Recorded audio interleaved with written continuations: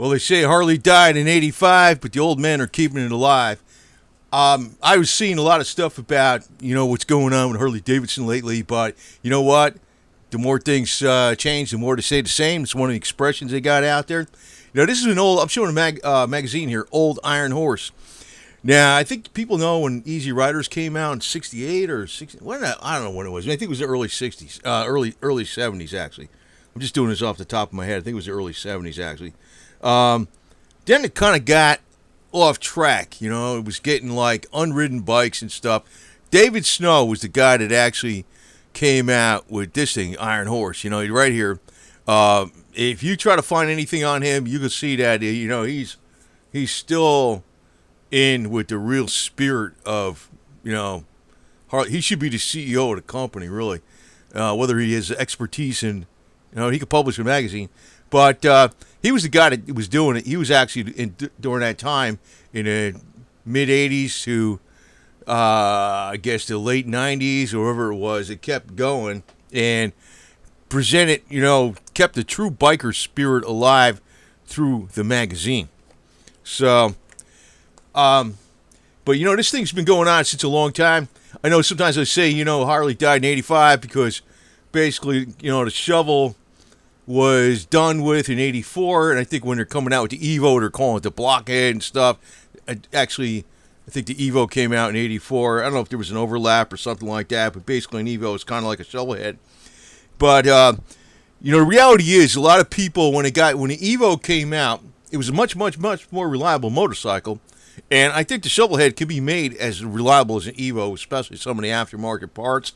And this is one of the caveats I'm going to say, because the ones that keep Harley Davidson alive are the ones that insist on getting something American made as much as possible. And if it's not American made all the way, you will make it American made because you'll buy American parts, you put it together yourself because you're an American, right? But when the bikes got a lot easier to work on and they got a lot more reliable, I noticed it back in the late '80s.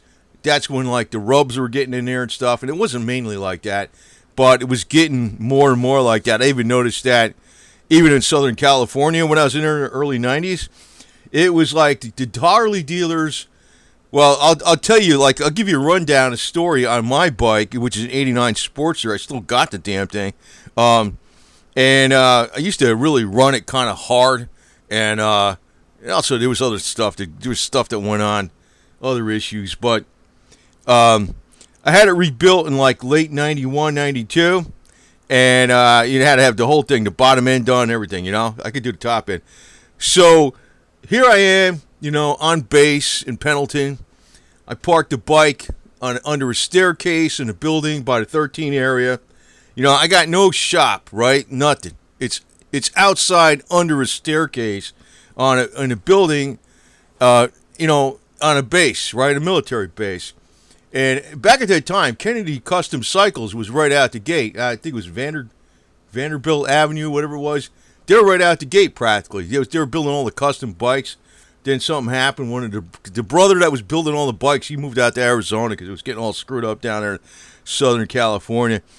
So this is when I started realizing it really was getting yuppie-ville in Harley because, I tried to find a guy that built the motor. And this is in Southern California, right? So there was one guy. There was people in Los Angeles and there was people in San Diego, but between San Diego and Los Angeles, there was only one guy, and the dealers went to him. And he never built an Evo. He did panheads and shovels and knuckles and everything. He did zillions of M's, put stroker kits in them and all this other stuff, right? Well, so I was the first guinea pig for that stuff. And but here's what I started figuring out. Well, this is pre-internet, so we go down. He's trying to call the dealer for a part, a pinion bearing or something like that.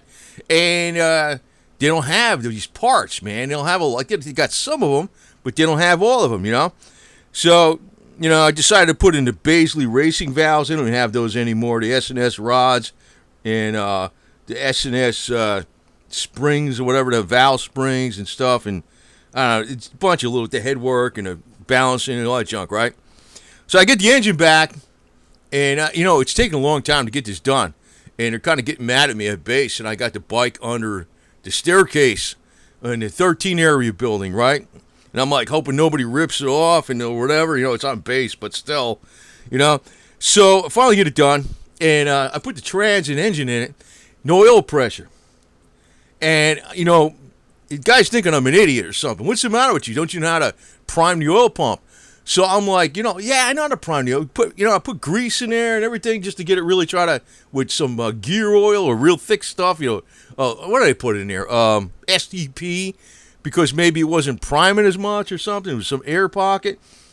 So, I'm like, I'm sure doing this. And I'm like, man, I can't run this. I'm putting oil down the cylinders and stuff because I can't run it long. And won't prime oil.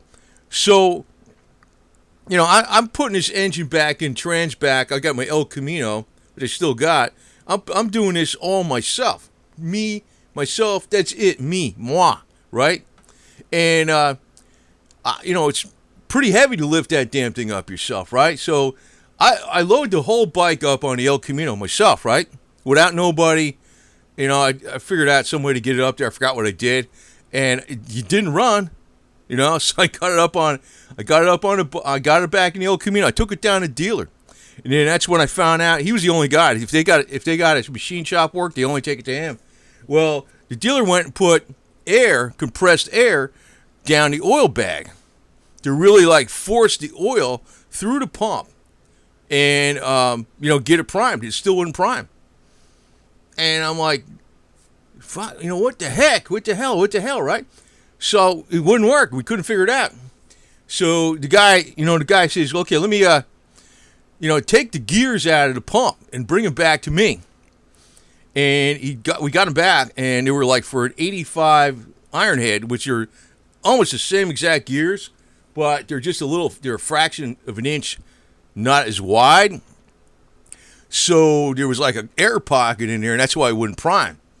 They actually sent him the wrong stuff, but, I guess when you're building all these engines, he never did one of those before, so I was like, oh, okay. So I get back, I start the bike up, and I'm like, the guy putting the compressed air down the oil bag, I'm telling you all this shit because I said a word there, but whatever, I hope YouTube, whatever. I'm telling you all this because your average biker would have quit, and this is not the only thing I could tell you a million stories, but the average biker would have quit a long time ago. They would have been done, and or whatever you want to call average person. If you want to call me a biker or whatever the hell it is. So I get I start the bike up and I realize they blew the seal out between the cases when they put the compressed air down there. And then I'm running the bike and I'm hearing tapping on the top end. And it turned out there wasn't enough valve clearance with the Baisley valves. So I had to pull the engine out and trans out, load it up on the El Camino myself, bring it down there, and he put 20 over pistons in it, cleared the valves and stuff, checked it over. And, I've been running it for years now, and I don't feel like getting it rebuilt or nothing like that. I just been running it. And it's been a good bike. It's pretty peppy and stuff. But what I'm saying is most people would have quit. They would have quit a long time ago, just on that only. And it's not even the millennials and the Generation Z who don't like the cold weather or the rain or whatever the heck it is. It's it's the generations, even the boomers, man. A lot of them, they wouldn't do what I did, even that, Because, man, some people were giving me crap about it. They're giving me a lot of crap about it. And I was like, no, I was cursing that bike up and down, left and right. But even though it was an Evo, there was just so many stupid things that happened. And, it's probably easier today to get a bike rebuilt now because there's internet. You can get parts. You'll find other people that do all the machine work, And I know how to do most of it. I probably could learn all the rest of it, too. I know I could learn all the rest of it. Is it worth for me to learn all this stuff, how to balance the 5 wheels and all that? I don't know. I probably could do all that, too. But my point is, us older guys, we're going to keep it alive. And, okay, so I turn to magic. Every decade is supposed to be some kind of magic thing, So I'm now 70, right? And I'm thinking to myself, man, I ain't 70. No way. I'm chronologically 70. But I ain't 70. Not even close. And if it's like, I'm like 35, 70. Like that kind of 70, And I ride my bike several times a week, all kinds of weather. I do all the work on it, stuff like that. Little stuff. I mean, right now, recently, like just a couple hours ago, I had to jack the bike up and tighten the chain up and oil it and clean the caliper, the rotors off, the brakes and whatever, stuff like that, right?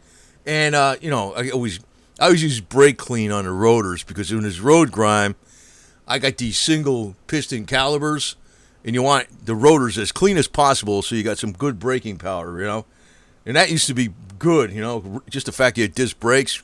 I kind of grew up in the era, well, they used to tell us that if you were a biker, you built your own bike. That's another thing, So I'd never be a biker right there, I don't build a bike. You ran jockey shift, hardtail, you had whatever, the suicide clutch, whatever, I mean, you had, more times than not, you would have no front brake. I mean, that's what a lot of people were running at. It's like kind of weird. But I remember this guy, David Snow, even in his magazine, with all his fame, he's pretty famous, I guess. I remember way back, I think it was in the 80s or 90s, whatever it was. He was had a Super Glide, and he had, back then, that was a 74-inch, or actually it's 73-inch, 1200 cc's, it's 73-inch. I remember when I got my bike 20 over, it actually was 74 inches instead of 73.3. And like an 80-inch Evo was actually 82 inches, 1340 cc's. I don't know why the hell they changed the number like that, but that's what it really is. But he was having all kinds of issues with the builders, and it was like, I don't know, I remember he was like kick-starting that thing 8 million years, and it was like it wasn't starting, and it had a 93-inch stroker in it because there was something wrong somewhere, But that's kind of like, you're too hard-headed, you're too persistent, you will not quit. Today, everybody, they got all this money, and they lay down lots of cash. If you look on YouTube, you see these guys building these engines and stuff and building these bikes. They're usually building them for most of the time. Not everybody, but most of the time, they're building them for some freaking wealthy clients. And, it's like, it's not the way it was. And that's why I used to like iron, because Easy Riders, I think Easy Riders did come out in the early 70s. Not, because the movie was in the late 60s, right? 68, 69. Well, they kind of got away from the original gritty biker scene more and more, and they started getting in with the high-end builders, and they're bringing in bikes that nobody rode and stuff. That was a criticism from Iron Horse, and Iron Horse was saying, we're always bringing in real people. Like this cover of this bike, this is a real dude, this is an old lady, not professional models that never jumped on the back of the bike and stuff, real people, So that was the thing with Iron Horse, reason I'm bringing that up was already in the late 80s, there was like stuff coming into the Harley Davidson biker scene that was kind of moving it away from its core. And, the real reason the bikes sell, it is that, you could tell, I think all these big, outlaw clubs in the Hollywood Image, the Hells Angels, the Outlaws MC, the Pagans was real small back. I always respected them. They were like real small in New Jersey, where I'm from originally, right? My sister, well, I don't say anything about all this stuff, but then you got the Banditos, you got the Mongols, and Sons of Silence, and I'm missing a whole bunch, but I'm just saying those guys really sold to Harley Davidson. They did, and it kind of got away from what it was, the original core thing was. But this has been going on forever and a day. This has been going on since, I say, the late 80s, really. I think that's about kind of where it was really coming in like that. If you said from like 80 or 82 back, anybody that had like tattoos, long hair, and rode a Harley, a loud Harley, it really was like you were really outside society. Everybody today, that is like mainstream. It's sort of like, Led Zeppelin songs right now, or sometimes for years they've been played in elevators. That's because people got used to it. They became the norm. But it wasn't that way. But one thing does not change. You see, all this stuff you see on social media and all this crap everybody talks does not replace actual riding. A person getting on the bike, I don't care if they don't work on it or they didn't build it or nothing or whatever, they're just riding it, they bought it, it's all done for them. The fact that they get on the bike and they make trips with it, even if it's sunny days or something. I don't particularly like riding in the rain. I don't like riding at night. I mean, I've been riding at night, but I don't like riding at night because in Florida, when you get these thunderstorms that come out of nowhere and it's like a typhoon, you can't see nothing. And, it's like you could roll the dice so many times, you know what I mean? But what I'm saying is anybody that rides a motorcycle is what's keeping it going. I kind of do look at YouTube videos on what's coming up with Harley Davidson, and a lot of them are AI all the way. It's garbage. It's false information. But I don't think Harley Davidson is a screwed up company going all the way back, I think, pretty far. Maybe not to the 30s and 40s and 50s and stuff. But it's been screwed up for, they were screwing up before the AMF days, because if they weren't screwing up before the AMF days, they wouldn't have had to been bought out by AMF. And AMF, I don't even think was a really, really big problem. Actually, the stuff going on today is a bigger problem. But what happened? How did people react to the woke stuff? They said, forget about it, right? They said, you see, those people that fought back against some of the policies, the politicalization garbage, whatever the hell they're trying, and Harley Davidson CEOs and that female, whatever the hell it is, well, that's the real Harley right there, fighting back and saying, no, that's not us. That's why I don't think it's going away. And a lot of it is the older guys and stuff, but, there's stuff, I got a lot of health videos on my channel, which YouTube hates, even though, what was her name, Susan, whatever her name is. She died of cancer at age 56, unfortunately. Probably could have never happened if they're, but, what do I know? I'm just an average person, And, I'm not going to try to change the world. I ain't selling nothing. But they don't like that. They don't like you telling anything that doesn't fit, the big pharma or whatever it is. Well, I personally think I'm going to be kind of like the guy going through the ages. Like when I'm 95, I'm going to be like 35. And I'm going to still be riding that bad bike. Still be riding it, man. I'll still be riding it. And, I can't talk about this on the channel, right? The special stuff about what you do to stay like strong forever. But you know what? Oh well, I guess it's just going to be a secret, right?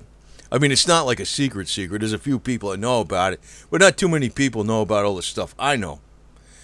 Like all put together. And I know it works because I'm one of the most vitalized 7-year-olds I know, because everybody's like 50 that I know is like falling apart. And I got no problem going out on long rides and stuff like that. They're riding freaking, what do you call it, lazy boy recliners with a motor on it, right? That's the new Harleys with all that electronic stuff, the M8 engine with all this cruise control and all this whatever, just the windshield goes up and down, and you got the events.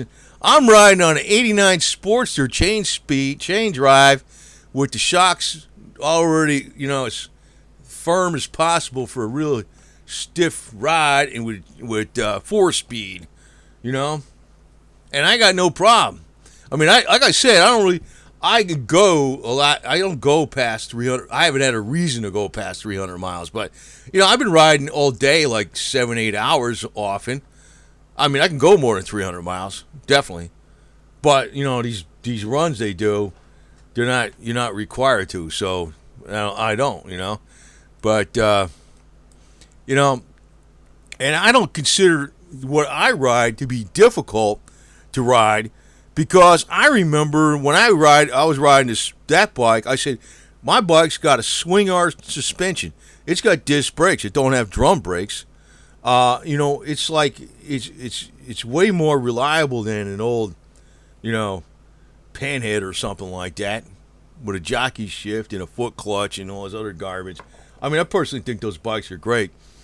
What I would really, really, really like, I say, why do I keep the old bike? I like the thinness of the Sportster, but I would, if I had like a gazillion dollars, what I would do, and this kind of tells you, like, I don't fit in the mold, I would never, ever, ever get a new Harley. I would take my bike, have the frame stretched a few inches, and, by the backbone, so I could put an old 4-speed on it. I would cut the transmission off the Sportster, put a 4-speed from like a shovel head on there, with a 1.5 or 2-inch belt drive and a dry clutch, and no jockey shift, and on that regular normal stuff, with the foot shift and a hand clutch, and a kickstart and points ignition. That's what I would run. I probably ain't gonna ever happen. I think if my stuff wears out, I think I want to put, if I don't feel like rebuilding it, I'm gonna put a 5-speed in there from the early '90s Sportster, and put lead sled kicker on it with a single fire kicker ignition. But that's me. But I'm not. I've always hated yuppies to the max. You know that? I hated that stuff. There's a lot of stuff I don't like, and it's like I'm a very, very fiercely independent person. I don't really care what the majority says. I don't care about it. And I was like that even back when they had Beatlemania. I don't like those idiots. That was a long time ago, but everybody's like, what's the latest record coming out by the Beatles? Stupid. I don't like those idiots. So there was other stuff I liked.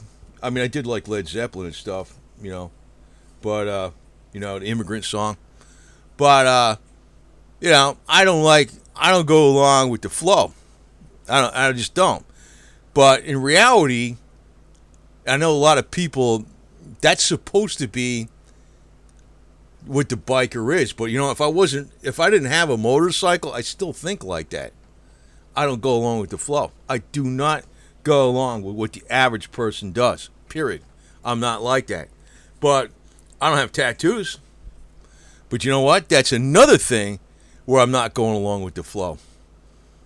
Because, one of the initial reason I was thinking about getting a USMC when I was in USMC, but what I didn't want to like about it? It's an identifier. I'm cautious. If you got a tattoo, today it's not like you had a tattoo, like that's not, but if you got a tattoo and somebody knows it's that, it's on your arm, it's this and that makes you identified more. I don't like that. That's why I don't have one.